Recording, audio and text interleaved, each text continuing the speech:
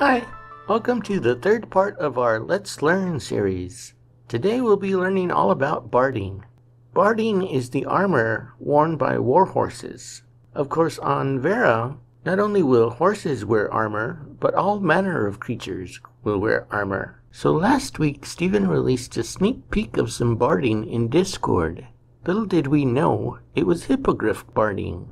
If you haven't seen my hippogriff video, stick around afterwards and give it a look-see. At the end of this video, we'll have a peek at some hippogriff concept art and we'll discuss what Steven has planned for us in the future. So let's get started. The piece of armor that protects the horse's backside, hindquarters, is called a croupier. And the part that protects its flanks is called the flanchard. The piece of armor that protects the horse's chest is called a pétrole. And the armor that protects its neck is called a crinière. If these words sound French, it's because they are. The French invented barding a long time ago when they used to fight people on horseback. One day they fought the Scots, the Scottish people, and the Scottish people started killing their horses to dismount their riders. That wasn't very nice, but it worked. And so the French invented armor for horses. Two pieces of armor that are not pictured here are the chamfron, which is the face mask, and the caparison, which is the dress that the horse wears. The dress is a weighted dress and it has things sewn into it to make it a little more protective. Now there's an error in this barding, and I pointed it out to Steven, but he didn't seem very concerned. And it's this. The horn on the saddle is a modern invention. It shouldn't be there in the Middle Ages. It was invented by the Mexicans. I don't know when, but early in American history, everyone had an English saddle, and English saddles do not have horns. Here's a picture of George Washington, and as you can see, his saddle is an English-style saddle, and it does not have a horn. Here's a picture of Abraham Lincoln with his hand on the pommel of the saddle. Again, no horn.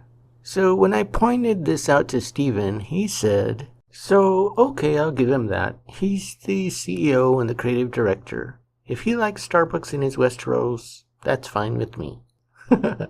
But if we get to create the armor for the horses, maybe you should leave the horn off. So in the latest Ashes of Creation blog post, we got to see some of the barding in action on this hippogriff concept art. This is called the Iron Quill Master's Barding, and you can see how it fits over the hippogriff. This next image is Imperium Barding, and it's called Barding of the Brightbreaker. Is the Brightbreaker the name of the person who created the armor, or the name of the hippogriff? I kind of want to think that it's the name of the person who created the barding, but when you think about it, how the heck is that going to work? Because if I crossbreed a tarantula with an octopus, who's going to make armor for that? Or a kangaroo and a penguin? Who will have thought of that? Like, who would say, hey, we need to make some armor for a kangaroo penguin? I don't know. But Steven knows, and here's a sneak peek at what he has planned for us soon. So Steven says, each skin will have a mount class it is applicable to. I plan to release a mount class diagram that shows the different classes and then classify the already released skins. That's Steven's real voice. Anyway, the skins will come in classes, like maybe 2-footed creatures, 4-footed creatures, gliding creatures. That's just my guess. And that's how the barding will fit, I think. I don't know. Stay tuned to this channel by subscribing below. Haha, got you right there. If you enjoyed this video, like and share to show you care. Thanks for watching.